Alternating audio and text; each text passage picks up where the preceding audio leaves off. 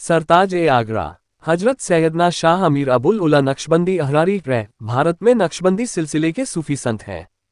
हजरत ख्वाजा अमीर अब्दुल सलाम हजरत सैयदना शाह अमीर अबुल उला रह के दादा मुगल सम्राट अकबर की अवधि के दौरान समरकंद वर्तमान उज्बेकिस्तान से भारत तशरीफ लाए और फतेहपुर सिकरी आगरा में रहे। बाद में वे हज के लिए गए जहां उनका निधन हो गया और मक्का मुअज्जमा में उन्हें दफनाया गया। हजरत सैयदना रह के पिता हजरत अबुल वफा रह फतेहपुर सीकरी में कुछ अरसा रहे। हजरत सैयदना रह का जन्म हिजरी 990 या 1582 ईस्वी में दिल्ली के पास नरेला में हुआ और वो 29वें क्रम में हजरत अली करम अल्लाह वजह रह के परिवार से संबंधित है। जब हजरत सैयदना रह काफी छोटे थे तभी उनके पिता हजरत अबुल वफा रह इंतेकाल फरमा गए। हजरत सैयद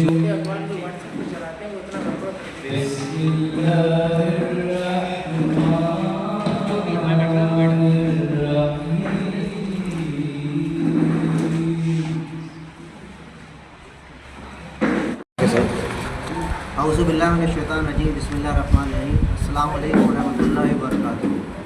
दरगाह हज़रत सैयदना शाह अमीर अबुल उला रहमतुल्लाह अलैह के 11वें सच्चादा नशीन और मुतवल्ली होने की जिम्मेदारी से मैं पहले तो आप सब लोगों का खैर मकदम करता हूँ, अभिनंदन करता हूँ इस प्रेस कॉन्फ्रेंस के अंदर।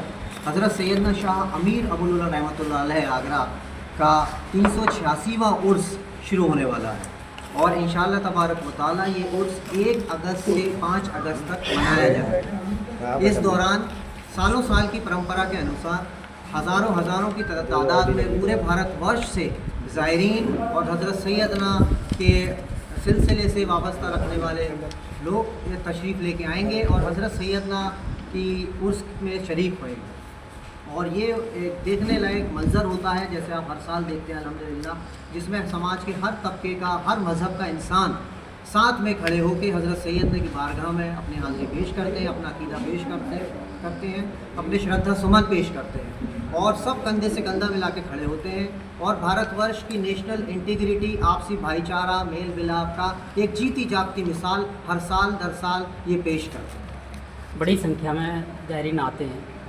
इसको लेकर दरगाह कमेटी ने और प्रशासन की तरफ से क्या तैयारियाँ अब तक की हैं?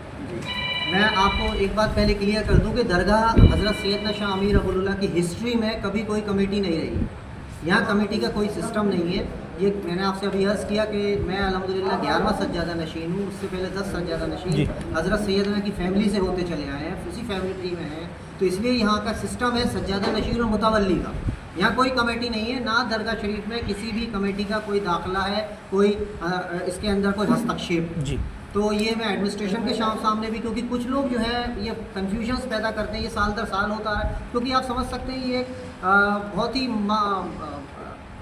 नामी जगह है और अल्हम्दुलिल्लाह नामी जगह से शामिल अपना नाम करने के लिए बहुत लोग तैयार हो जाते हैं और ऐसा मौका एक अच्छा मौका होता है जबकि वो अपने आप को हाईलाइट करने की कोशिश करते हैं। लेकिन यहाँ पे दरगाह शरीफ के इंतज़ाम से रिलेटेड कोई भी किसी का कोई हस्तक्षेप नहीं है, ना ही उनकी किसी भी किस्म की एप्लीकेशन कोई वो मान्य है।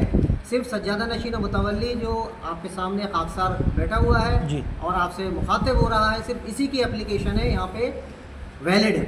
हज़रत सैयदना शाह अमीर अबुल उला दरगाह शरीफ के अंदर बाहरवीं सड़क के ऊपर कहीं और इधर कोई इंतज़ामिया का अपना एप्लीकेशन दे रहा है, वो उनकी ज़्यादती मसला है, वो एडमिनिस्ट्रेशन उसके ऊपर काम कर सकता है, हमें उसमें कोई आपत्ति नहीं।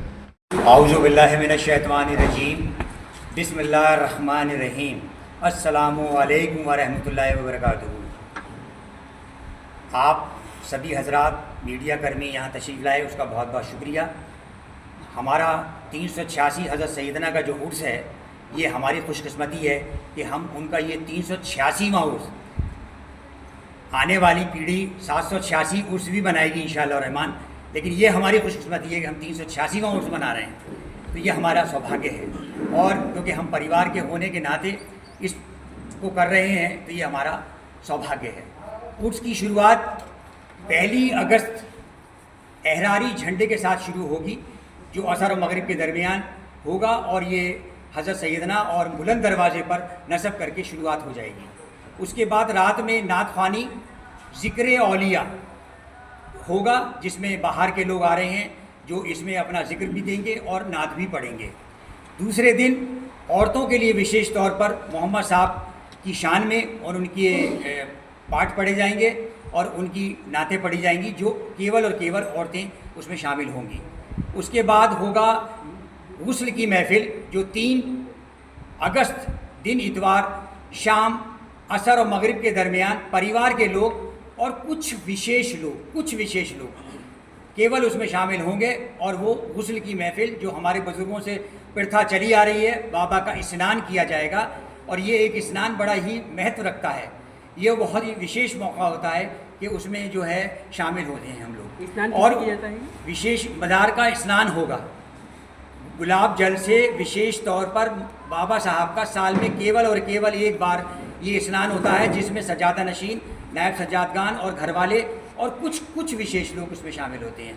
उसके बाद रात में शब्बेदारी होगी, महफिलें चलेंगी पूरी रात। जो बाहर से ज़ायरीन आ रहे हैं, जो बाहर से सूफ़ी आ रहे हैं, उनके यहाँ भी खेमों में महफिलें चलती रहती हैं। सरकारी महफिल हमारी रात को चलेगी एहरारी गुलशन कुद्स के जो जगह है वहाँ पर ये सरकारी महफिल होगी। उसके बाद सोमवार यानी पीर के दिन सुबह 10 बजे बड़ी मस्जिद में कुल की रस्म होगी, जो कुल की रस्म के लिए पूरे ही हिंदुस्तान से कोशिश करते हैं कि बाबा के उर्स में हम शामिल हों और उस कुल की महफिल में शामिल हों, ताकि वो जो कुल की महफिल में ख़ास तौर से जो छीटा पड़ता है वो हम तक पहुंच जाए। उसमें फातहा होती है, दुआएं मांगी जाती हैं, अमन चैन के लिए दुआएं मांगी जाती हैं, भाईचारे के लिए दुआएं मांगी जाती हैं, जिसमें सभी धर्म के लोग शामिल होते हैं कुल की महफिल में। और आखिरी जो प्रोग्राम होता है वो 5 अगस्त को होगा। सवेरे सुबह 10 बजे बाबा के मज़ार पर जो भी प्रसाद या चादरें चढ़ती हैं उसको उतार कर लोगों में तकसीम किया जाता है, बांटा जाता है जो मेहमान आते हैं। और इसी के साथ रंग की महफिल होगी और रंग की महफिल के साथ उर्स 386वां का समापन हो जाएगा।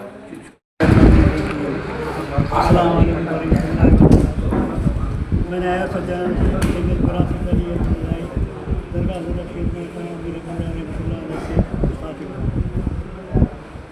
सालों साल से यहाँ पर जो है सफाई की व्यवस्था के लिए जो है नगर निगम को जो है बराबर इसके लिए लिखा जाता है और वहाँ से हमको जो है वो सपोर्ट भी मिलता है, सफाई भी होती है। लेकिन जिस तरह की हम यहाँ पर सफाई चाहते हैं उस तरह की नहीं हो पाती। पहले यहाँ पर एक डंपर रखा गया था जो कि कूड़ा उठाने के लिए आता था और ले जाता था, जिससे यहाँ आस पड़ोस के अंदर सफाई रहती थी। कॉलोनी बड़ी है, यहाँ पर अच्छी कॉलोनी बनी हुई है, उनको जो है आपत्ति होती है, तमाम पन्नियाँ रोड पर जाती हैं। तो आप हमारा प्रशासन से यह अनुरोध है कि पहले जो डंपर रखा जाता था वो फिर डंपर रखा जाए और उसे नियत रूप से जो है जो उठाने का उसका एक टाइमिंग है, 3 दिन बाद 4 दिन बाद में उसका निस्तारण किया जाए और उसे फिर प्रॉपर जगह पर ला के रखा जाए। क्षेत्रीय पार्षद से सफाई को लेकर क्या मांग रहेंगी आप? पहला काम तो हमारा यही उनके प्रशासन से है कि पहले तो ये डंपर रखा जाए। दूसरा ये कि इतनी बड़ा उर्स के अंदर आगरा का सरताज आगरा कहलाते हैं, आगरा की नाक है, आगरा की शान है। तो आगरा में जो बाहर से आएगा आदमी तो उसको शौचालय के लिए आवश्यकता पड़ेगी। तो सचल शौचालय हमारे नगर निगम के अंदर काफ़ी तादाद के अंदर मौजूद हैं। तो हमारा प्रशासन से अनुरोध है कम से कम जो है 10-12 जो है सचल शौचालय यहाँ पर जो है लगा दें, जिससे कि गंदगी जो है बदबू बाहर न फैले, कॉलोनी वालों को कोई उससे जो है तकलीफ न हो। दूसरा ये आस पड़ोस में जो बारिश का समय है जो गड्ढे हो गए हैं, सड़कों के ऊपर जो गड्ढे हो रहे हैं उन गड्ढों को जो है रिपेयर करवा दिया जाए, उनको भरवा दिया जाए। स्ट्रीट लाइट है, स्ट्रीट लाइट जो है वो व्यवस्थित रूप से जो है उसको सही कराया जाए समय से पहले। समय बहुत कम रह गया है, जो है मात्र 3-4 दिन रह गए हैं और बाहर से ज़ायरीन आना शुरू हो जाएगा। आज 1 तारीख हो गई है चाँद की। इस हिसाब से जो है हमारा प्रशासन से पुनः अनुरोध है कि वो हमारी इन समस्याओं को जो है बहुत ध्यान से जो है सुने और हमारी ये मजबूरियाँ और परेशानियाँ। बिस्मिल्लाहिर्रहमानिर्रहीम, अस्सलामु अलैकुम वरहमतुल्लाहि वबरकातुहू। सबसे पहले तो आप सभी को हज़रत सैयदना शाह अमीर अबुल उला रहमतुल्लाह अलैह का उर्स मुबारक। और जो हम हर साल सैयदना का उर्स बनाते हैं, उर्स हमको ये मैसेज देता है कि कैसे अल्लाह के दोस्त कभी मरते नहीं बल्कि वो ज़िंदा रहते हैं इस दुनिया फ़ानी से रुखसत होने के बाद। सबसे पहले तो और ये जो तसव्वुफ़, जो ये सूफ़ीज़म, जो ये सूफ़ी लोग होते हैं, ये सूफ़ी लोग जो हैं वो मेरे प्यारे आका हज़रत मोहम्मद सल्लल्लाहु तआला अलैहि वसल्लम की सुन्नतों पर, उनके बताए हुए रास्ते पर चलकर वो महारत हासिल करते हैं, उस दर्जे तक पहुँचते हैं। और जो ये सूफ़ी होते हैं, इस सूफ़ी कैसे बनते हैं? सबसे पहले तो सूफ़ी बनने के लिए हमको हमारे प्यारे आका हज़रत मोहम्मद सल्लल्लाहु ताला अलैहि वसल्लम की एक हदीस मुबारक मैं आपको बताऊंगा। उसका जो बुनियादी जो उसका बेसिक है सूफ़ी का जो तसव्वुफ़ का, वो यही है कि काल रसूलुल्लाह सल्लल्लाहु ताला अलैहि वसल्लम ला तदखुलूनल जन्नता हत्ता तुमिनू वला तुमिनू हत्ता तहाबू। मेरे प्यारे आका ने फरमाया कि जन्नत में दाखिल नहीं होगे जब तक कि मोमिन ना बन जाओ, और मोमिन नहीं बन सकते जब तक कि आपस में मोहब्बत ना करो। तो सूफ़ी का जो तसव्वुफ़ है उसका जो बुनियादी चीज़ है, जो उसका बेसिक चीज़ है, वो है मोहब्बत करना लोगों से, हर चीज़ से मोहब्बत करना। जो परिंद चरिंद पेड़ पौधे जो आपस में जो आपको हर जगह जो आसपास में नज़र आ रही है, उस सब चीज़ से मोहब्बत करना है। दूसरी चीज़ की तज़किया है नफ्स, मतलब कि सेल्फ़ प्यूरिफिकेशन। और तीसरी चीज़ जो सूफ़ी लोग करते हैं वो है फ़ना बाकी बुल्ला, मतलब अल्लाह की राह में फ़ना हो जाना, अल्लाह के इश्क में फ़ना हो जाना। तो उस तसव्वुफ़ की उस लेवल पे पहुंच जाते हैं कि अब उनको इस दुनिया से कोई मतलब नहीं रहता, वो सिर्फ़ अल्लाह की राह में और अपने प्यारे आका हज़रत मोहम्मद सल्लल्लाहु ताला अलैहि वसल्लम की राह पे चलते हुए दुनिया बसर करते हैं। अस्सलामु अलैकुम।